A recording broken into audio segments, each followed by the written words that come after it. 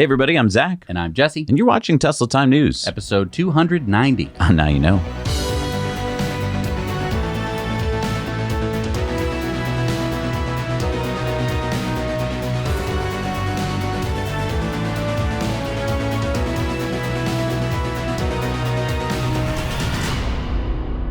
And you know, we're brought to you by you, our Patreon patrons. Help support us bring you independent news every week by heading over to patreon.com/nowyouknow, and there you're going to find some awesome perks. And we want to thank Birch Living for sponsoring the show. Birch is a premium mattress in a box company that makes mattresses and sleep products that are stylish, comfortable, and environmentally conscious. And it's that last part, the environmentally conscious part, that really first got my attention, because Birch makes organic, non-toxic mattresses made right here in America with just 4 materials sourced straight from nature: organic latex, New Zealand wool, American steel springs, and organic cotton. Yeah, I've been sleeping on my Birch mattress for about a year now, and I love it for 2 big reasons. Okay, so what's the first reason? First of all, it's super comfortable. My girlfriend and I used to toss and turn way more with my old mattress. Now with my Birch, I find that we get much more restful sleep, and we feel much more energy in the morning. And what else? Look, you're going to spend about a third of your life in bed.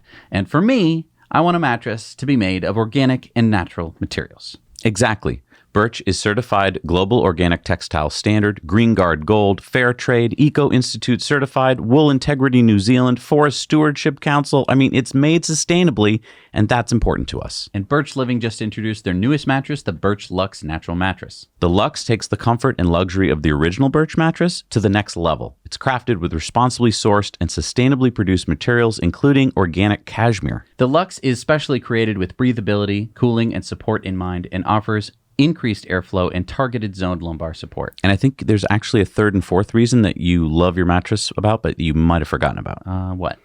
It's how you got your Birch mattress and how you tested it. Oh, right. I mean, possibly the best part. Birch delivers your mattress right to your door for free within the U.S., comes rolled up in a box, and it's super easy to set up for yourself. And the 100-night sleep trial? Right. Not only is it way easier than going into a store, and honestly, at a mattress store, are you really going to be able to tell how a mattress is to sleep on? Yeah, you have to sleep on it. With Birch, you get more than 3 months to make sure that you love it. If you don't, they'll pick it up for you, and I mean right out of your bedroom, and you'll get a full refund. And Birch gives you peace of mind with a 25-year warranty. If you've been dreaming about a new mattress, don't wait any longer. Use our link, birchliving.com/nowyouknow. You'll get $400 off your Birch mattress, plus 2 free pillows. Those pillows, by the way, are made from recycled plastic bottles. All right, have you been looking at Twitter, Jesse? Do you see the latest tweet from Twitter? What? Tesla just reported on its official Twitter account that it will be putting another stock split to a vote with shareholders at the annual Tesla shareholder meeting later this year. Whoa, all right. I mean, I remember we had a stock split a little while ago. Yep, that was a 5-to-1 split in August of 2020. Right. And remember, stock price did what? Can you say doubled?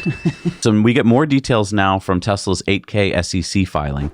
On March 28th, Tesla announced its plan to request shareholder approval at the upcoming 2022 annual meeting of stockholders for an increase in the number of authorized shares of common stock through an amendment to the company's amended and restated certificate of incorporation to order to enable a stock split of the company's common stock in the form of a stock dividend. Tesla's board of directors has approved the management proposal, but the stock dividend will be contingent on final board approval. The company's definitive proxy statement relating to the annual meeting will include additional details regarding the amendment, as well as the record date, blah, blah, blah, blah, blah. All right, so I'm not a stock guy or anything like that, but I heard we're getting a dividend. And dividend, that means good, right? That means money.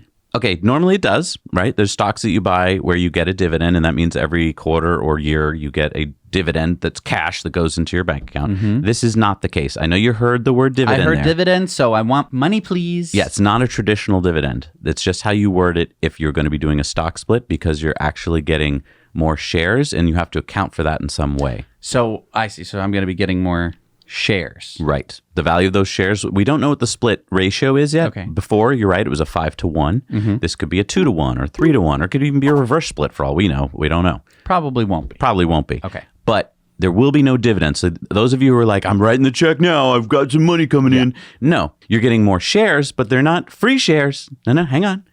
They're reduced by the value. So it's just a way that they have to write it, because they are technically giving you more shares, but all your shares are now worth the value of the dividend. Let's denominator. No, let's simplify it here. Let's say Tesla's at $1,000 a share, and let's say they do a 5-to-1 split. So let's say you had 1 share right now. Mm-hmm. You get 5 shares, but instead of being worth $1,000 each, they'd be worth $200 each. So you'd still have the same value in your stock account, but now you have 5 times the number of shares. Yes, in the back. So why do they do stock splits? Look, I don't really know, to be honest, because to me, you can buy fractional shares, but the conventional thinking is that when the price gets too high, then you don't sell as many shares or something. I don't know. I've never thought of it that way. Well, I mean, if I buy fractional shares, you don't always get like shareholder rights. Right. It's hard to vote a fractional vote. And I'm voting my 0.317 shares. Right. And so, I mean, there are plenty of people, a lot of people who are trading Tesla for making money specifically, but technically a shareholder does get to vote at shareholder meetings. And so, let's keep in mind, this isn't a done deal. It's up to the shareholders. Now, we don't know the date in place yet of the next annual meeting. Last year's meeting was in October. And so it's going to be a while before this vote takes place. We'll probably talk about this more over on the Investor Club because this is investor related stuff. If you're interested, join us over there.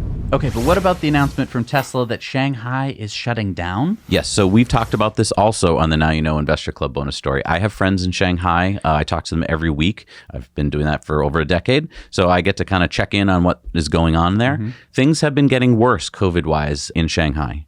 The Shanghai government is handling it with more forced quarantines, something we don't do here in the West that much. We kind of ask people, hey, if you're feeling not well, stay home. But in China, if, for instance, you're at a university, if, say, one person comes down with COVID, a whole floor or a whole university can get quarantined for a week. So I think what's happening is as the COVID numbers are going up, people are being forced to quarantine, which means if you're Tesla and you've got thousands of employees and all of a sudden, few of them come down with COVID, they're being quarantined. And probably a lot of their friends and family who may work also at Tesla are being quarantined. And so it's probably affecting the numbers now so much that Tesla was forced to shut down until they figure out when they'll have enough employees to continue. Now, when will that happen? Will it just be a day? I doubt it. I don't think we're going to see COVID just drop that fast. Could it be a week or two? Very likely. Could it even be a month or more? It could. I thought that everyone said that COVID was over. So what is this all about? I think what's happening is Chinese-made vaccines have not been as effective as Western ones. The numbers we're seeing appear to be around the 50% mark of efficacy, whereas in the West, it's been more like 80 or 90% effective. So I think what's happening is more and more people are finally coming down with COVID in China. Even though they've done an amazing job in terms of like quarantines and masks and all that, it's still a virus that spreads. This is going to negatively affect Tesla's bottom line. Well, I mean, technically, yes. I mean, every day that they can't be producing cars, they can't be selling cars. But let's keep in mind that all the other car companies in Shanghai are probably experiencing the same thing. But, I mean, how many car companies are specifically in Shanghai as opposed to, Beijing and Wuhan and all the other Chinese cities? I mean... Right. Each city is kind of handling this slightly differently. I mean, there isn't just one policy. It's kind of a mixture of the federal government and the local government. So it's hard to tell. But I'm assuming that if the numbers get high in one city, they're probably going to be high in other cities. And this is probably going to affect a lot of car companies. So it's kind of a level playing field in that sense. So to me, this is kind of like a non-story. I know a lot of people have been tying this story to the Tesla split, and it's like, well, Elon announced this so that people won't think about the shutdown. I don't know. It doesn't seem like that's what he did. It seems like this was because of the SEC filing that was going to come out, and it has to be filed, and so Tesla announced it. And so, I mean, I think a lot of people are thinking like, well, this is going to affect Tesla and Chinese car companies. But there are a lot of traditional companies that we've heard of, Volkswagen and Ford, that sell cars in China, make cars in China. I'm more worried about the supply chain. We're not talking about the boring stuff of just factories that make cable harnesses and headlights. Okay. Those companies, which supply all the car companies, are also probably going to be feeling this effect. And so is this ripple effect going to affect us months from now? Probably, again, because you saw what happened to the supply chain so far. So that's what I'm really worried about is like, how will this affect us even when it's supposedly over? Yeah. All right, but let's talk about something good. Tesla has officially started sending out invites for the Cyber Rodeo at Giga Texas. Awesome. Let me check my email for my invite here. Hello. It's not, I don't see any invite. Yeah, I mean, this is because Texas kind of limited them in the number of... 15,000 is a lot, but it's not that many. It sounds like a lot of the invites are going out to people who live in Texas, which I think is perfectly fine. But I mean, oh man, I really wanted to go. By the sound of it, Cybertruck should be there, and I want to ride in it again. And I mean, that's something that we heard from a lot of people in our community. So that's why we are going to be holding Now You Know's Cyber Rodeo Live. We are going to be live streaming Cyber Rodeo on April 7th, but we need your help. If you have an invite to the event, please help cover it for us. Yeah, we're working with our friend Noah from Corporate Streams to take lots of people's video and put it all together live. So join us on April 7th. We'll be doing a YouTube live stream as well as holding a massive Zoom call where we're going to be taking calls from the audience, from you sitting at home in your living room, but also from people who are going to be at the event, basically live streaming it to us. And it's going to be kind of like, I don't know if everyone's watching the Oscars. It'll be kind of like the red carpet, except that it'll be you guys who have invites. Please, it would be so great. You're going to be able to take the entire community with you. And we're going to be able to jump between different places. And, let's look at the Cybertruck. And we need to see the taco stand. I want to see everything. So basically, we're thinking, April 7th. I know that, it's not like a Saturday or anything. So just stop by. All right, I mean, we know it's going to be 4 to midnight Texas time, and so that's probably what we're going to be live streaming. So it's like you can check in with us, check back with us, and we're going to just be letting you know latest and greatest of what's going on. But if you do have an invite to the event, please reach out to us. We're basically going to be structuring this as like a Zoom call. So if you've done any Zoom calls from your phone, it's going to be very similar to that, except that we're going to be able to grab your stream, throw it into our YouTube live stream, because we have a wizard working for us, Noah, who's going to be putting this all together. He has his own company called Corporate Streams. So we're so excited to be working with him. Yeah. And I'm just so excited to be able to bring this very limited event to more people.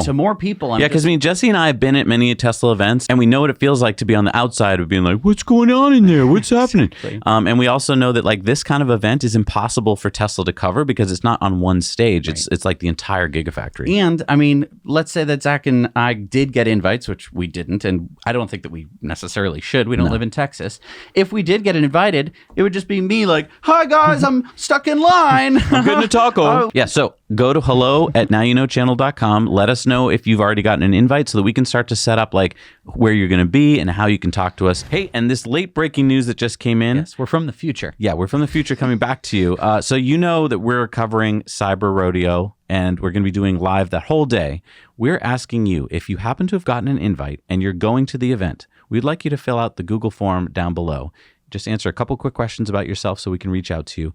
And we are going to be asking you if you want to join our live stream that day on Zoom. Not all day. No. Just a few minutes of your time. If you're in a cool place, you can join the Zoom, talk to our producers and say to them, hey, I'm in a cool place. Get me on the show. And they will try and get you on the show so that you can tell us what's going on. You're our eyes and ears in the field. So make sure that you have Zoom downloaded on your phone.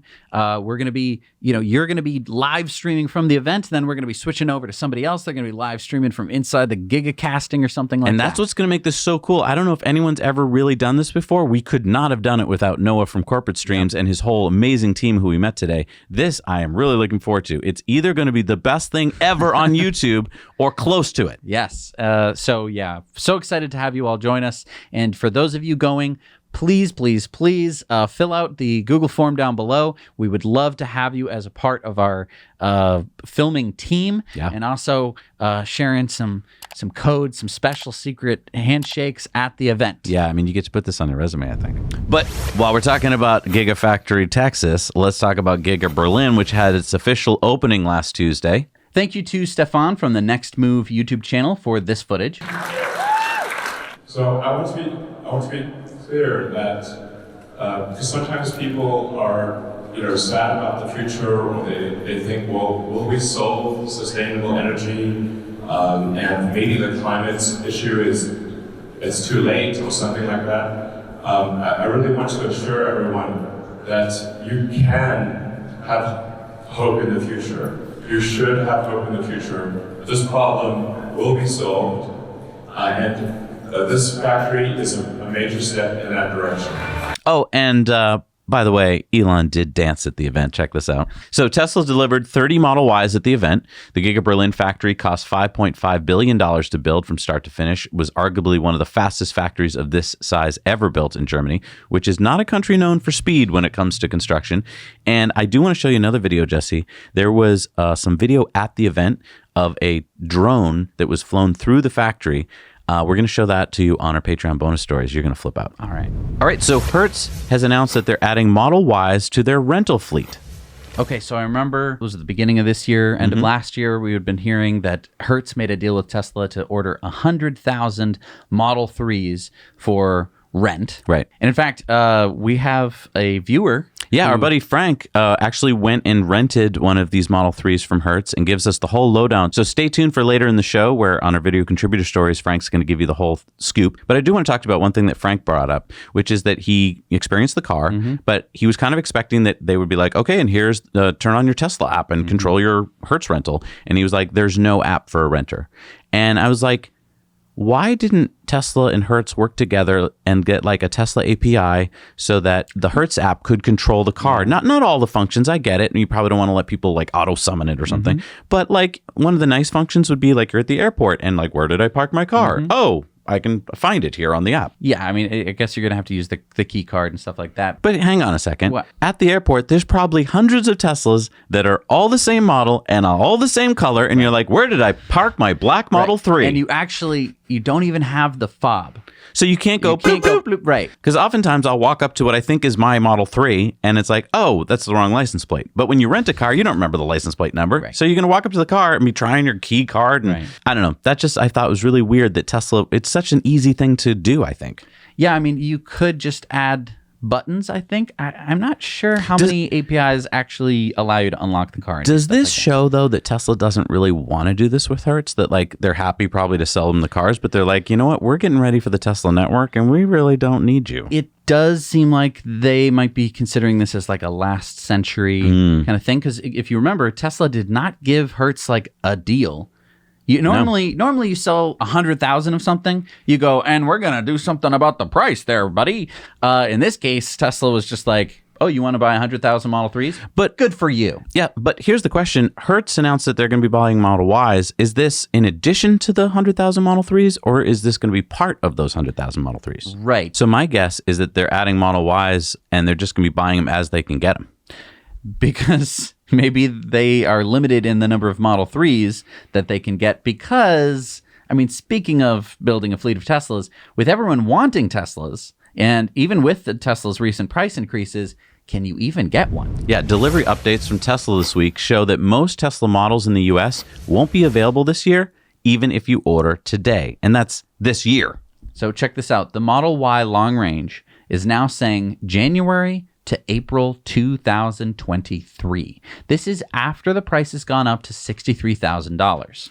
I mean, your best bet might be to buy the Model Y Performance. It's actually only $3,000 more. And I know you're like, no, it's $5,000 more, but you're getting the 20-inch wheels that you would have paid more for.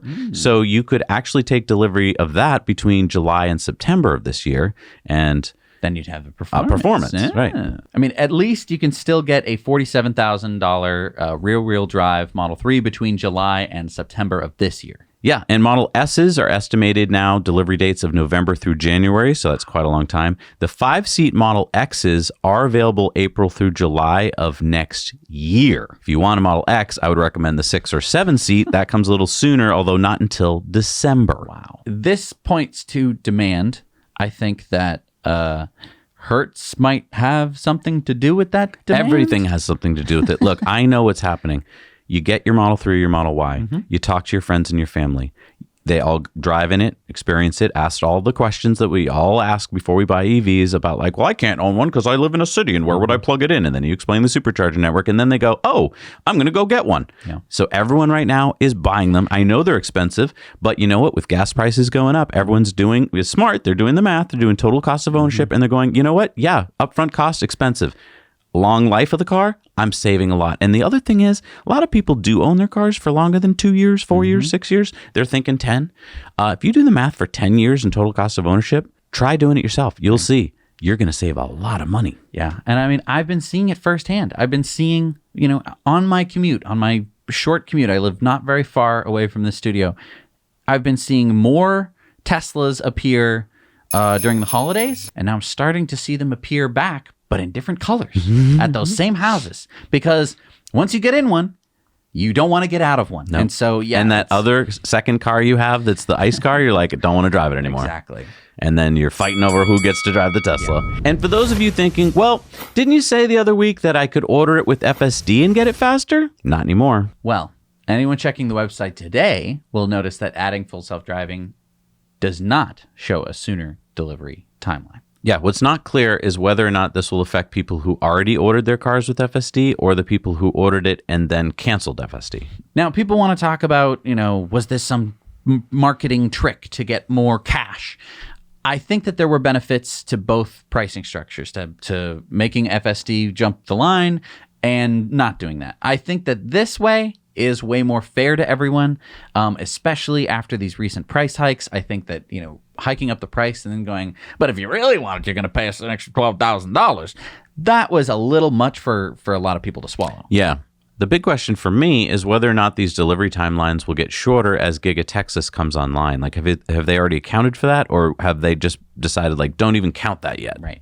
I think that maybe for the Model Y, but I think that the Model S and X will still have quite a wait since they're made at the Fremont factory. Now, maybe they can allocate more space at the Fremont factory to make more S's and X's, but...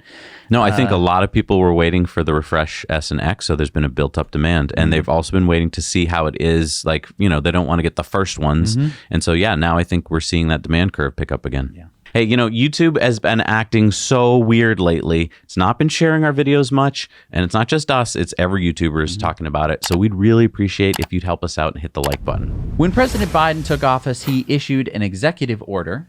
The entire federal fleet would go electric. We reported last month on how Postmaster Louis DeJoy, head of the U.S. Postal Service, put out a greenwashy response to the mounting pressure for the USPS to actually replace the existing aging fleet of ICE trucks with electric trucks instead of these crappy gas-guzzling things made by the Oshkosh Corporation. Now, we told you to make some noise about it, and it appears to be doing something. Yeah, so USPS put out an announcement. They said the Postal Service announced today that it placed its initial next-generation delivery vehicle, or NGDV, delivery order with Oshkosh, Wisconsin-based Oshkosh Defense at a cost of $2.98 billion. The first order is for 50,000 vehicles, a minimum of which will be for 10,019 battery electric vehicles. The USPS also said they will increase in the mix of BVs should additional funding become available from internal or other sources, and if the use case for BEVs continues to improve. Now, of course, a recent report from the Inspector General's office shows that 99% of USPS routes could already be served by electric vehicles, and that EVs are much cheaper in the long run. Okay, so bottom line here is you're doing a good job. Keep up the pressure. We just got them to double the number of EVs they're ordering in this first batch, right? So out of 50,000 they're ordering, 20% of them are EVs. Is it what I wanted? No, I wanted 100%, but it's better than the 5,000 they were going to order. And I mean, if we got the USPS to double the EV order from 5,000 to 10,000, let's keep making some noise. Yeah, the squeaky wheel gets the grease and the loud constituents get the EVs. Hey, and if you want to share this story with your friends so that they can make some noise too, head on over to the Now You Know Clips channel where we chop this into a bite-sized clip that you can easily share. So Elon said at the Gigafactory Berlin delivery event last week, we want to complete the development of Cybertruck this year and be ready for production next year. Sadly, I think this means Cybertruck is not going to start production early in 2023 like I had been hoping. I think Elon is indicating here that his focus is on ramping up production of Model Y in Germany and Texas this year. I wouldn't expect serious production of Cybertruck until very late in 2023. Really? I mean, what makes you think that? I mean, he said 2023. Doesn't that mean we're going to start ramping it up in the beginning of 2023, and then by the end of it, we're going to have lots of... What makes you think that? Every time you hear a company that's not having a definitive date on something, then they don't give you a month. They don't give you a quarter. They give you a year. If he had been thinking January of 2023, he would have said early 2023 or Q1 2023. Here he's saying 23 just so that it's like kind of lessens the shock of it. And it's like, well, it's okay. It's still next year. But that doesn't really matter if production doesn't start till late in the year, because that means that no real numbers will come out of the factories until 2024. And I know, hey, I'm with you. We need a support group here. I am with you. I want my Cybertruck as bad as you guys do. But he said it pretty clearly at the GigaBerlin delivery event. He's focused on making as many Teslas as possible. He doesn't really need to make a new model yet because everyone wants the models he's already making. And I mean, yes, he adds the Model 3 and immediately sells a crap ton of those, and he adds the Model Y and he adds a crap ton of those. But it's not like you just make a new model and then that just means that you produce more. It means that you need to be allocating factory space. It means that you need to be ramping up, and you need to be devoting engineers and brain time to actually doing all of this. And if they're busy working on the Cybertruck, then they're not going to be able to effectively ramp something else. Exactly. And this isn't just another car model that's, the Model Y is similar to the Model 3. The Cybertruck is not similar to anything. And so you have to make completely new supply chain for the stainless steel and all that. You have to make the exoskeleton completely differently. I'm sure his engineers are trying to figure all that stuff out, and it's not easy. And like he's done before, he takes people off of one project to work on another. And I think if you're trying to ramp up lines at different factories, you just can't take those bodies physically off of what they're doing right now. I think the other stressor is that, the Cybertruck was unveiled back in, 2019? Yeah. A lot has changed in the years that have followed. And so I think with inflationary pressure, especially, it's going to be hard to hit those price targets that he had put out, saying like, you'll be able to buy your truck for, what was it, $39,000? Yeah. That's going to be hard to do. Oh, yeah. I mean, they've had to raise the price of everything. Oh, yeah. We're going to hear more about that later. But if you're looking for a support group, yeah, I think let's try Cybertruck Owners Club. They've been around for quite a while. It's basically a forum where we're getting a lot of the latest news about Cybertruck, so you can be holding out hope with everyone over there. You can also find your place in line if you've reserved a Cybertruck, so you can kind of start to work out maybe when you'd maybe be getting your Cybertruck maybe. Yeah, and maybe visit some friends on the forum that you meet who are going to get their truck before you. I don't know. It's going to be hard. We're going to try and help as much as possible here, because when we get our truck, we're going to be driving all over and letting you guys check it out. But yeah, this is the time we need to go over to Cybertruck Owners Club and support each other. And thank you, Cybertruck Owners Club, for helping to support this show. While we're talking about electric pickup trucks, let's talk about the Ford F-150 Lightning. We reported last week on the Lightning pickup truck's Mulroney sticker that was leaked, showing its miles per gallon equivalent. Now, Ford has received its EPA ratings for more versions of the Lightning. The base, or confusingly Pro version, at $40,000, gets an estimated range of 230 miles, or 370 kilometers, as Ford expected. Now, if you want more range, the Platinum version at $90,874 starting price with the bigger battery pack was tested by EPA to have 300 miles of range, 20 more miles than Ford had originally estimated. The Lightning with the longest range is the XLT extended range with 320 miles of range starting at $72,474. So what do you think about the range numbers? They're looking pretty good, I have to say. I'm a little worried about the lowest range one, though, the 230 miles, because as we all know as EV drivers, it depends on what the chemistry is of the battery. But if it is nickel based, then you're not going to really want to charge up to 100% all the time. And then if you start talking about towing and loads and stuff like that, for a lot of people it's going to work just fine. But I don't know. I would have liked to have seen 270 or something as the base. I think that for a local tradesman who, has a pretty well-defined service area, I think that 230 miles works for people, and getting the price down is really important for a lot of people. Yeah. The total cost of ownership is going to be unbelievable. You're unbelievable. No, and I just love that Lightning has the feature that you can, power your house if you need to. That's fantastic. I think that, yes, it is a little bit extra, but with all the money you're going to be saving on gas, it's could be a pretty big no-brainer. And then you also don't have to buy a gas generator or something like that to back up your house. Yeah, we're in line to get it, but I don't think we're at the top of the line. So I don't know exactly when we're going to get it, but I can't wait to check it out and show it to you guys. So Ethan and I just tested out a really cool product over on the Now Let's Review channel. Yeah, how'd you get that phone to stick there in the Tesla? It's this company called Megapack, and it's really cool. It's this magnetic phone case that you can stick to magnetic chargers, and then you can wirelessly charge your phone through this magnetic phone case. It only works on Apple products because they have the specific license for the special kind of magnetic thing that allows you to charge through that case.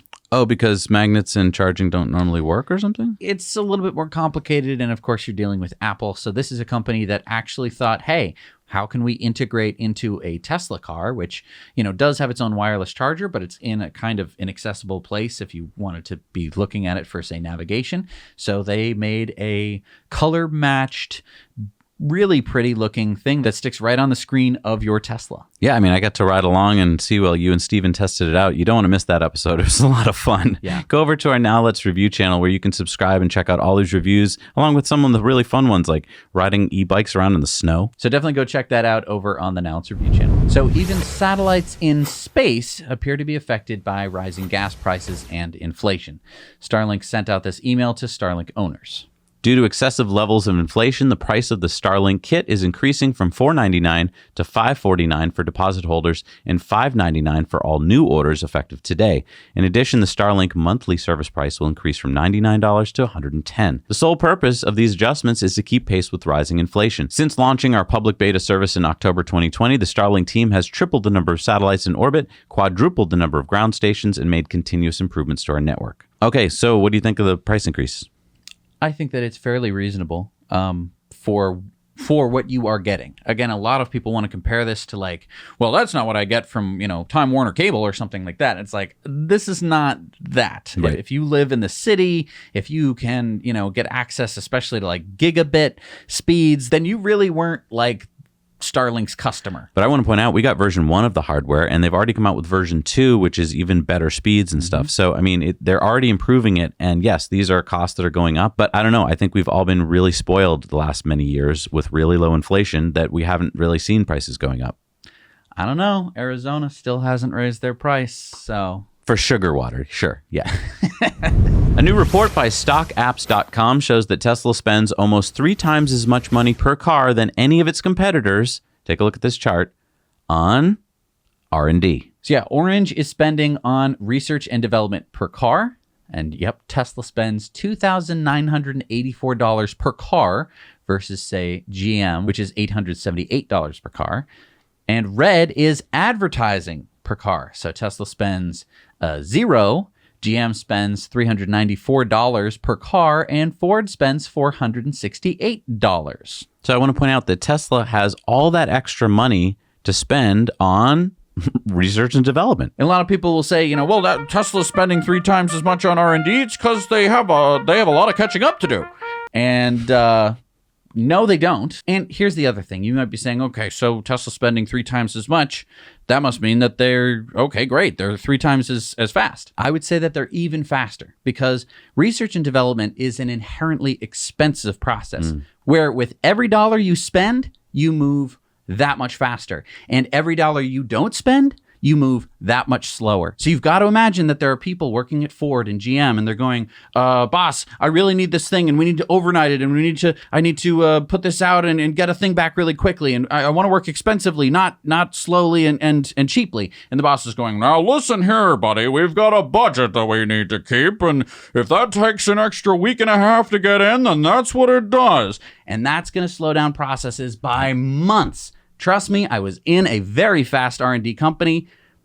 It was very fast moving to begin with. That's a really good point because I think I hear the word research and development and I think of lab coats and microscopes or something. And people like dropping things in beakers. It's like, hey, I heard about this thing. It's on the other end of the world. Can we please order it and get it? And I want to talk to this company. And it's like, okay, well, why don't you fill out a report and we'll talk about it. No, you want to go. And the other thing is, if you've got people in your company who are used to the latest tech and are in tune with where that is in the world, they can bring it to you. Whereas if your people have been sitting in Detroit doing the same thing year after year, they don't know about what the latest cutting techniques and 3D techniques and scanning techniques are. They're way behind. So this chart, if you read or see nothing else about Tesla, this chart is why Tesla wins. So Jesse, let's buy a Megapack. What are you talking about? Look here on Tesla's website. You can go to the Megapack page and click to buy a Megapack. So let's do it before the price goes any higher. So, because, wait a second. It was $1.2 million a couple weeks ago. Now it's $1.5 million for a 3.1 megawatt hour Megapack. But the capacity has gone up by 100 kilowatt hours. The problem is the backlog is so long that we couldn't get one till next year. I thought the reason that Tesla opened the Megapack factory in Lathrop, California was to reduce this backlog. I'm sure it was, but Tesla is probably also cell limited. The good news here is that it's the utilities buying these and that this backlog shows that utilities have high demand for batteries. Hopefully any quarter now, Tesla will top the $1 billion in energy revenue in a quarter. You can see here, we just keep trying to hit it and we haven't yet. I'm hoping that one of these days we will. Because remember, Elon has said that he thinks the energy division of Tesla could be even bigger than the auto division. And I think we have an in-depth on that. So Electrify America just put out a press release outlining how they were going to spend more on chargers. That's great. 731 locations, 3,000 stalls, that's good, but it's nowhere near what's needed. I'm so glad they're going to be ponying up to put in more chargers. Well, no, they're actually spending more on customer lounges, overhead solar canopies, and a new updated look for their chargers. Wait, that's not what I said I wanted. I think we need more reliable chargers in convenient locations. You don't want solar canopies? You don't want fun lounges? I mean, sure. I mean, I'd love for them to have complimentary massages, but everything you do is at the expense of something else. And Electrify America is currently a useful but relatively bare bones charging network. I would rather them focus on more locations, not snazzier ones. I mean, look at the Supercharger stations. Some of them aren't in the nicest strip malls or have pretty solar canopies, but there's a lot of them, and they're growing really fast. I mean, I'm glad to hear the EA is making new chargers, but I sure hope it's not just reinventing the look and feel, as Giovanni Palazzo, president and CEO of Electrify America, said. Chargers need to be reliable and simple to use. Hopefully these new stations work better, but I'm not holding my breath. Yeah, I think we've seen this with Audi as well, right? I mean, they were building, these really ultra cool charging environments, which is great, I suppose, except if there's only a couple of them, who cares? Yeah, I mean, Tesla really is setting the bar, and they're showing how to do it. I mean, you have to kind of rely on the places where you're putting the chargers, and sometimes those chargers just have to be in the middle of nowhere. This is what I don't get. Tesla's already set the gold standard for this. I'm not saying it's easy to do, but at least you could try. And none of these other companies are even trying. They're not even learning, what's the number of stalls we should build at each location? And if you read through a lot of this press release, if you can stomach it, it's all about we want to make it the transition from gas to electric to be more, acceptable and convenient. It's so you're trying to differentiate yourself from Tesla, which from a Harvard Business School perspective is you differentiate. That's one of the things you can do to charge more money. In this case, no, you need a minimum viable product. I think that they're at a minimum viable product, but I think that the bar keeps going up as more and more EVs get on the road and these chargers get more and more used and abused. You're going to need to continually put in more. And we've seen that with Tesla. They're not perfect. Some of the stations are jam-packed. But Tesla has a mission, and EA seems to have we're tired of just making chargers. Can we do something more fun, boss? So Washington State has just passed a bill into law that all new vehicles registered in Washington State by 2030 should be electric. That makes Washington the earliest state in the nation to go all electric. No, wait. We reported on this a year or two ago about this exact same thing, but Governor Inslee didn't sign the bill into law. Now he did? I mean, what's going on? Well, you're right. Governor Inslee didn't sign the previous bill because it was tied to road usage fees, basically ways to help pay for the road, since when the state goes electric, there will be less cars burning gas and paying gas taxes. The governor didn't want to tie those two things together, so he didn't vote for it, even though he's a very environmentalist governor. So Washington is leading now. Which states are following? California, Massachusetts, and New York all have laws on the books for 2035.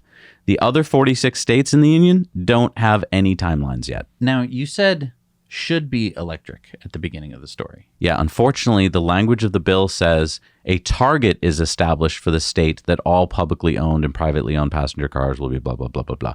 It didn't say they must be. So the governor's press department said that 2030 is a goal, but 2035 is the requirement. So it's still just a target, unfortunately. Okay. The good news is it's not as weak as you think, but I would have liked the language to have been a lot stronger. I think the reason they're afraid to is that that's not many years away, right? 2030 is 8 years away. And I think a lot of people are how will every car be made in an electric model by then? Yeah. At an affordable price. I think that even some people watching this show are right. How are we going to reach that? So it's kind of a matter of political support. If people think that something's impossible, then they're going to go you guys are crazy. Right. Whereas if you make it a target, then you can go, well, it was just a target. Right. There's other states that have 2035. It's all about this production curve and whether or not there'll be enough EVs produced, and everyone's afraid that there won't be enough batteries and so forth. And I think that we're going to get there, and I think that Washington is pretty much right on the money. Well, it's a chicken and egg thing. As more and more states say you have to do it, there will be more cars made. It's just how it works. And as more states do it, more states will do it. It's just, this is how adoption happens. Yep. So your friend at work who hates that you love Tesla is going to have fun telling you that Tesla just issued another recall. Yeah, Tesla's recalling certain 2018 and 19 Model S, X, and 2017 through 2020 Model 3 vehicles equipped with Autopilot Computer 2.5 and operating certain firmware releases. The rear view image may not immediately display when the vehicle begins to reverse. As such, these vehicles fail to comply with requirements, and Tesla will perform an over-the-air software update free of charge. Owner notification letters are expected to be mailed May 17th. See? Tesla still has problems. Always breaking down, I guess, huh? Well, first of all, this recall only affects 947 vehicles. That's only 0.04% of Tesla's fleet. And second of all, they can all be fixed with a simple over-the-air software update. It's surprising that they haven't already issued the update for something that seems pretty simple. Right. I mean, in the past, we've seen the recall notice go out like the same day as the over-the-air update goes out. And this, to me, seems like a simple fix. Now, I'm not a programmer, so maybe it's not an easy fix. I mean, it was affecting such a small number of cars that maybe Tesla completely forgot about it. And this is why I'm not like, we should abolish NHTSA. I haven't really actually said stuff like that. It's just that, sometimes it feels like they can overstep. In a case like this, everything works out in the end. Right. It's nice that and we're able to do it. Your neck's going to get a little workout now as you look behind you when you back up. All right, it's time for Into the Future, sponsored by our friends over at Henson Shaving. As I was shaving just a few minutes before the show, I was thinking about how nice it is that I can change out the blade every time I shave. Because for a couple weeks there, I was like rushing to shave and I didn't have time to change out the blade. And man, a new sharp blade is so nice. And you know what? You're worth it. Okay, you're worth the 5 to 10 cents that it costs to change out the blade every single time. Right, unlike a cartridge, which costs a lot. And you're like, I think I can get one more shave out of it. So thank you to Henson Shaving. Their CEO, by the way, watches the show. So hi, Daniel. So head over to hensonshaving.com. Use the code NOW when checking out to get 100 free blades. That's over 200 shaves. And I think your face will thank you. Escape into the future. So we just interviewed the founder and CEO of Solectrac, an electric tractor company. That episode should be out in the next couple of weeks over on our Disruptive Investing channel. So go check out that channel for interviews with so many cool people and companies. Don't forget to subscribe so you don't miss anything. And that includes the interview we did with Monarch Tractors, another electric tractor company. And now we hear that this fall, John Deere will be launching a new model of its famous green tractor. This one, 14 tons and autonomous, from its assembly line in Waterloo, Iowa. Now, company spokesman Ben Haber says that John Deere plans to operate their autonomous tractor on 10 to 50 farms by this fall. Farmers will be able to hook up a plow behind the tractor and use a smartphone to send it off and plow their fields. Now, we don't know anything about the cost yet, and unfortunately, the John Deere autonomous tractor is powered by a diesel engine. Yeah, when I first read the story, I was so excited. I thought, of course, it would be electric because they have announced they have some electric models coming out. But I was surprised to see that, they've kind of split the autonomy from the electric. I mean, I get why they're doing that, I suppose. I don't. I don't at all. I really think you could drive down the cost of ownership by switching to totally. electric. I just think that maybe they're realizing that farmers aren't ready for two big switches at once or something. I don't know. It's going to be interesting to see because with these three tractor companies, you've got three different approaches. Solectrac is not doing autonomous. Monarch is doing electric and autonomous. Makes sense. They were started by people from Tesla. Mm-hmm. And John Deere is doing kind of this weird hybrid of here's an electric one. Here's a diesel one. Here's one that's autonomous and diesel. It's it'll be interesting to see which one does well. Yeah. And definitely be sure to head over to our Disruptive Investing channel and check out the interview with Solectrac and Monarch. All right, it's time for Going Green, brought to you by EcoWare. If you like the shirts that Zach and I are wearing on the show or have worn on pretty much any show, you can find them over at ecoware.us. We carbon offset the manufacturing, shipping, and life cycle of every shirt, and we plant multiple trees for every order and help cap a well with our friends at the Well Done Foundation. AVTA, the Antelope Valley Transit Authority, has just become the first all-electric transit agency in North America. AVTA began in 1992 as the Antelope Valley in California started to become populated. Today, there is a population of over 450,000 residents, serving 1,200 square miles, including the cities of Lancaster and Palmdale. Now, fun note here. you were born in California in the valley below this valley. And we used to kind of drive up to that Antelope Valley, and it was just like a desert. Like there was barely any houses there. And that was when you were born. And then it just started exploding with, because there was people needing to move into Southern California and, housing prices were cheaper. So it just started to balloon. AVTA now has 57 BYD electric buses, 10 Green Power EV Star microtransit vans, and 20 BEV commuter coaches from Motor Coach Industries. And here's the thing. It only took them 6 years to do this, to go from a regular gas-burning bus system to an all-electric one. They set the goal in 2016, and they achieved it. And that is exactly what I think most of the country needs to hear.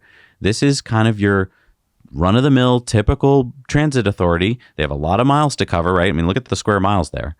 And if they can do it, I don't see why everybody can't. All right, it's time for Sunspots.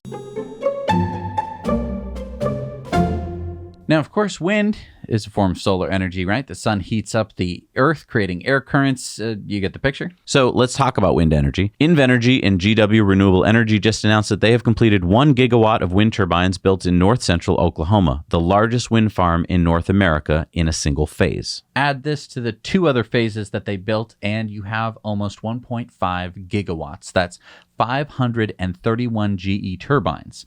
Enough energy to power 440,000 homes in Oklahoma, Louisiana, and Arkansas. And I just want to talk about this chart from IEA, again, the International Energy Agency.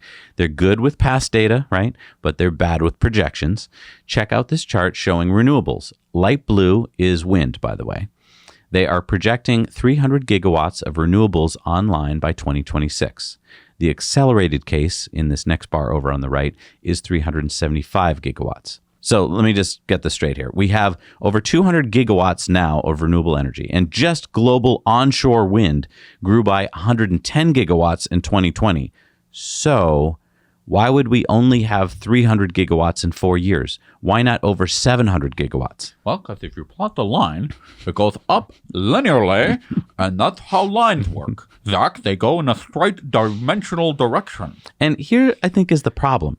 If your agency is not good at projecting, I mean, every year they're wrong, then just stop doing it. It doesn't help anybody to be wrong every year. It slows the whole industry down. Right, because the industry is like looking at your charts and trying to figure stuff out, and they're like, oh, well, it seems to be growing pretty linearly. That's how we should grow. And that's not how you should grow. And because if you look at the past data, it is actually following an S-curve. It's just, as we've talked about so many times before, the bottom half of an S-curve looks linear. And then it goes, whoa, I didn't see that coming. Gee, Bob, did you hear about that? No, nobody kind of understands that. Hey, and if you'd like to get solar on your house and join the renewable energy revolution, talk to our friends at Energy Pal, because I know you got lots of questions. You're like, who can I trust? These guys work for you. They do it for free. Tell them that Zach and Jesse sent you. All right, it's time for our video contributor story. Now, remember we talked about earlier in the show that Frank is going to talk to us about his experience with a Tesla Hertz rental. Hey, Zach and Jesse, this is Frank, your old pal Ed Nixon on YouTube. I left you a couple of pictures about the Hertz Model 3 that they said they reserved for me for $70 a day plus tax at the El Monte local edition here in the Los Angeles area. Well, that didn't happen. Apparently, if you see one on the lot, you might be able to get it for that. They'll put it in a rate plan that's the same as a Chevy, but no car. So we had to come to the airport. This is the airport. This is the Hertz lot where there's undoubtedly 500 Model 3s floating around at this moment. We just turned it in. The rate went up a little from the base rate to like $140 a day. And after the airport usage fees, that's $197 a day. Of course, that was free supercharging. We put 942 miles on our gray Standard Range Plus Model 3 and did a run up to the Bay Area to San Francisco. Look, it's Alaska Airlines. And what was awkward about this, and people generally do not know about Model 3s on the lot. They think, oh, glass, it's a sunroof. No, it's not a sunroof on the Model 3.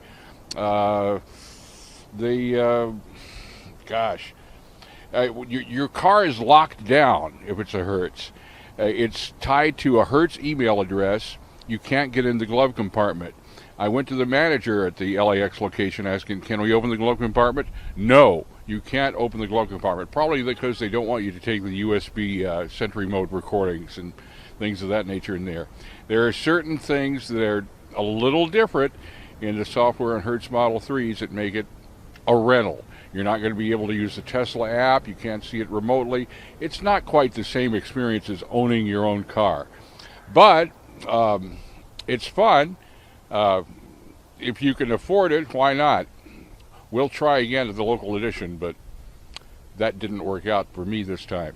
That's it from the Los Angeles International Airport Hertz lot.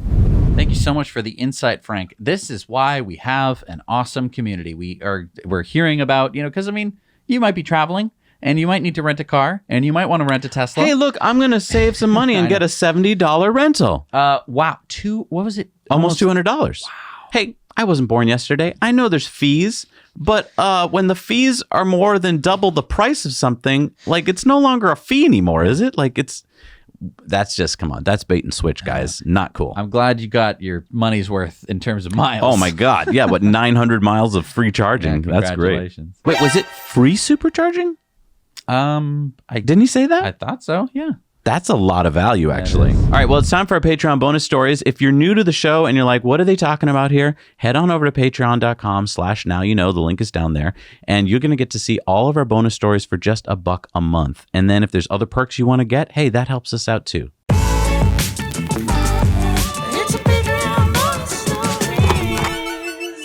All right, we're back from our Patreon bonus stories. It is time for the shout-outs. Who do we got this week, Jess? We've got Modal Group, James Graham, Rob Krissinger, Frankie and Hong Para, Clearest, Bill Klate, Monte Goulion, Eric Milliken. Hey, Eric. Jan Sever Hestivic, Philip D. Parkinson, Venkat Papulo, Ray Hebron, Zukiwi1, Troy Brown, Kohog, Norbert, David Moore, Dan, Timo Pojo Saho, Simon Danello, Larry Sousey, Rick S., John Pursley, and James Highland. Thank you so much for supporting this channel. We can't do it without you. All right, we had a Patreon poll this week. Remember, you can go over to Patreon at the $2 level and enter our polls. What was the question? It was, what do you think is going to be in Elon's master plan? Ooh. Part 3. Because, we have smart people out there. What was it? Most people thought it was going to involve Tesla bots. Yes, I think you are right. Hope I didn't influence your answers. All right, it's time for Community Mail Time. Community Mail Time. Remember, send in your stories, your videos to hello@nowyouknowchannel.com. Francis sent us these pictures of this Model 3 spotted up on Sunset Plaza Boulevard, just off of Sunset Boulevard in West Hollywood. And those are the climate heating up. That's the yearly annual temperature on average, and it's heating up. Denver sent us this picture of 2 Ioniq 5s he spotted along with an EV Cadillac in Winter Garden, Florida. So that is plugged in. Look at that. That is an EV Cadillac. Jeff writes from Illinois to tell us about his dad's new Model Y, some Rivians they saw while driving to Bloomington to pick up the Tesla, and his 1997 Pontiac Fiero conversion. He says, I've been using solar since 1994 and currently install solar as our family business. I built an EV out of a Fiero in 1997 and have been driving EVs ever since with 2 Nissan Leafs and a Model 3. Collectively, I've driven over 240,000 miles with electricity only and no gas. I've been promoting EVs and solar for many, many years, and nice to see things finally coming around. On a side note, our local TV station interviewed a person about the high gas prices, and his comment was interesting. He said, I guess we may be forced into looking at buying an EV if the prices stay high. I think people still have the wrong idea with a comment like this. In my opinion, it isn't something people should feel forced into, but it should be a pleasure or something exciting to look into. And I totally agree with you. Thanks, Jeff. Brock was recently in California over spring break, and he spotted a Lucid Air Dream Edition at the Tesla Design Studio next to SpaceX. Wow, so that's in Hawthorne, California. The enemy is in the gates. Mark sent us this video of some of the debris left over from that flying Tesla from the other day in LA. Remember that? Yes. He said, hi, guys. You probably by now have seen the flying Model S that the crazy idiot drove over the hill in Los Angeles. Anyway, I went over to the scene, picked up some of the debris. The radiator was the most interesting piece. Any suggestions on what to do with it? Maybe stick it on eBay with all proceeds to UNICEF or something like that? I don't honestly know what people would pay for that on eBay. Does anyone want a broken Tesla radiator? I'm sure some people would want that. Maybe Rich Rebuilds wants it. Is it your property? I mean, technically, I don't know. It's just, that's where I go. He did a good deed. He's cleaning up the streets. Yeah, no, you're right. And I mean, let's be honest. The guy who jumped the Tesla probably, it wasn't his car. No. That's the part that's really confusing I don't know. to me. Yeah, I don't know what to do. They're not really valuable parts anymore. Yeah, I don't know what to do, Mark. I mean, it's a really nice thought. You could try it, I suppose. But maybe the guy whose Tesla got destroyed might want to try and raise some money for himself. Now, Bernie told us about this new USPS EV bill in Congress. Representative Jerry Conley from Virginia introduced a bill called the Green Postal Service Fleet Act of 2022 that would prohibit the United States Postal Service from moving forward with a contract for a new fleet of mail trucks unless 75% of those trucks are electric. I think that's a great idea. Why don't you talk to your congressperson and tell them that you agree too, so we can stop this bullshit that's going on where they're just buying, let's buy a few EVs and we'll buy the rest as gas. All right, it's time for Supercharger Reviews. Let's see what people have been finding out in the world. Hey, Zach and Jesse on Now You Know. We are charging at the Tesla Superchargers in Brush, Colorado. It's kind of a sparse location, but has some basic services that are helpful. So behind you, and now me, is the travel station. There's a subway in there, bathrooms, kind of some basic things that you might need in Brush, Colorado. And then across the street is a Wendy's right there, so you can stop and get something to eat. There's also a couple of hotels around here if you need a place to stay, but it does the trick. It's kind of a long stretch across Interstate 80 and I-76, and great to have the Superchargers here, and good place to stop. Now you know. Hey, Zach and Jesse, Phil here again. This time I'm at Ignis, Ontario in Canada. It's quite a remote little town, lower population.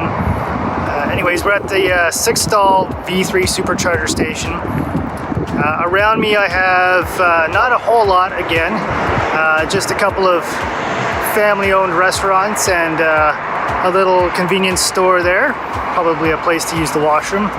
There's also a Robin's Donuts somewhere over here. It's a little coffee shop, and not much else around, really. I would rate this station a 5 out of 10. Now you know. Hi, Zach and Jesse. This is Sean coming at you from beautiful Lake Louise, Alberta, Canada. I am at the Tesla Destination Charger. There are 4 stalls here. 2 of them are regular Tesla stations, and the other 2 are the 1772 that require adapters so they can be used for other vehicles.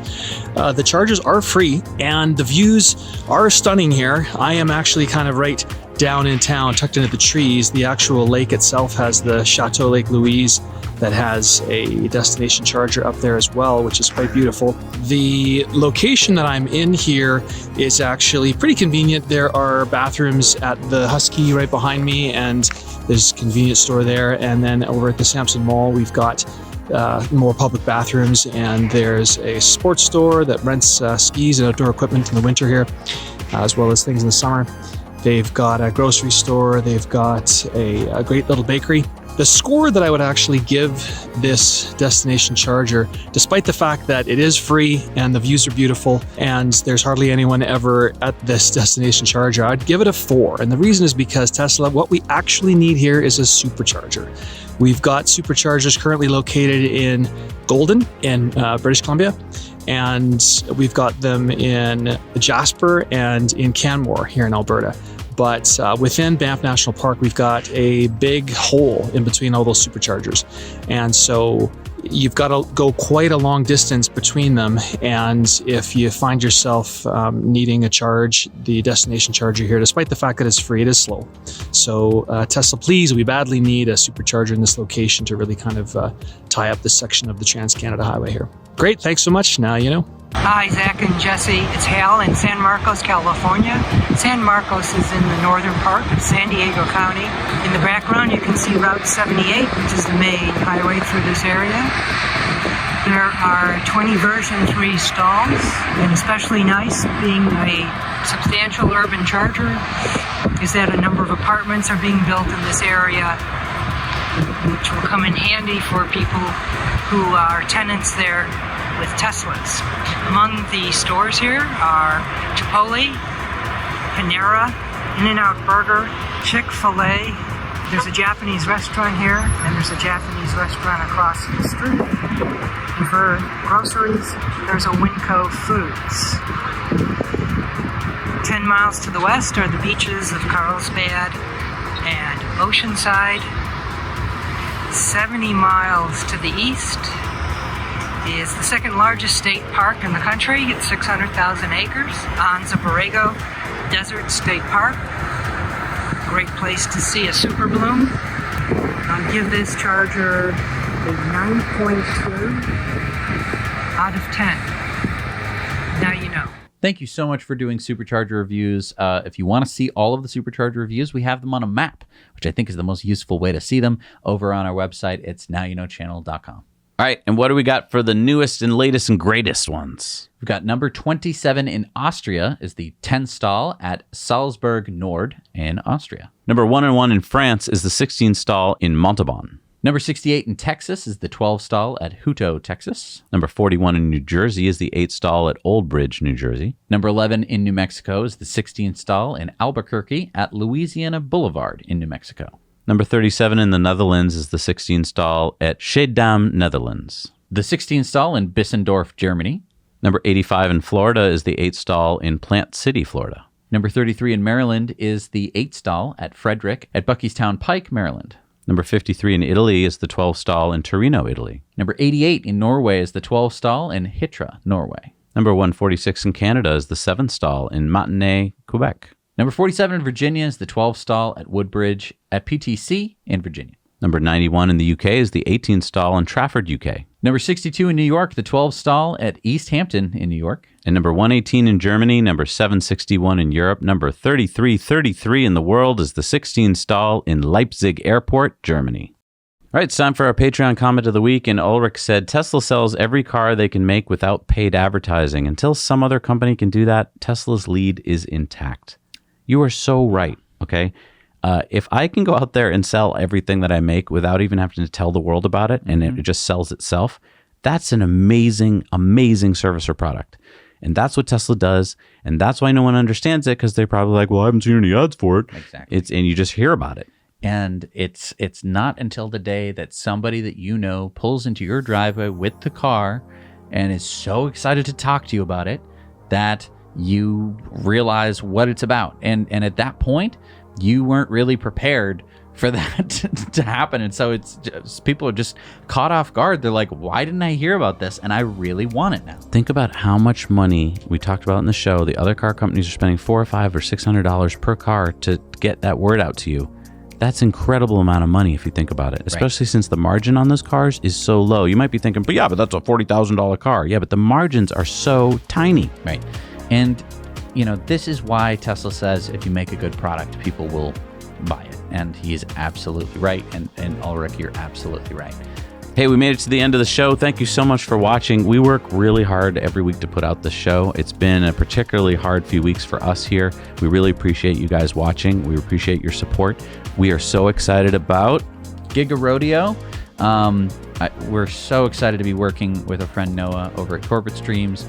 This is going to be something that I don't think has been done on YouTube before, like outside of a truly professional network. Yeah, because we're not truly professional. I'm just saying, we're going to kind of be experimenting here. And I kind of feel like when we start the first hour or two, we're going to be pretty bad at it. And by midnight, we should be great. So, I'm really excited for you to just kind of drop in at certain points.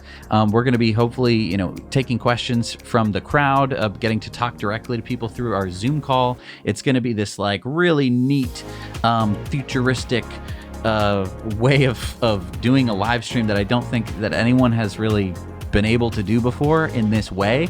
And I'm just so excited to be able to hopefully bring you some coverage. So if you do have an invite, please don't forget about us when you're walking through the gate into the Giga It's going to be so easy to join us on a Zoom call. You guys know how to do that by now, right? It's been 2 years of this. We'll give you a link. You'll hop on with your phone, and maybe we'll be able to get you on the show and ask you questions and have you show us what's going on. It's going to be so fun to share. I know it's going to be a crazy day, but, spend it with us. It'll be really fun. We'll see you next time. Now you know.